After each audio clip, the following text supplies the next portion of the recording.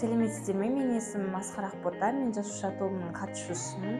Бұл жерде мен Open Space-ге қатысқан себебім, яғни өзімнің жаңа бағытымды таңдап, жаңадан жаңағы катодтың микроклондау біздің тақырыбымыз, сол бойынша жұмыс жасау. Бұл Open Space-ге қатысқан себебімнің бірі, яғни отыз жүлденің иегері болғым келді және бұл жағынан командамен қалай жұмыс жасау керектігін үйренгім келді. Бұл сайыс маған өте қатты ұнады. Біз әлі де биік жетістіктерге жетеміз деген ойдамын. Сәлеметсіздер ме? Менің есімім Туғалова Светора болады.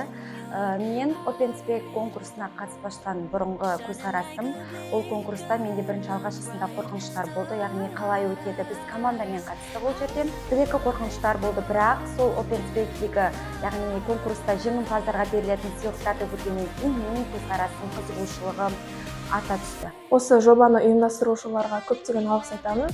Және де бұл жоба ары қарай дамып, ары қарай осындай біз секілді студенттердің өркендеуіне, өсіп өнуіне өз үлестерін қосады деген үміттемін. Алға қарай жасай беріңіздер, дами беріңіздер.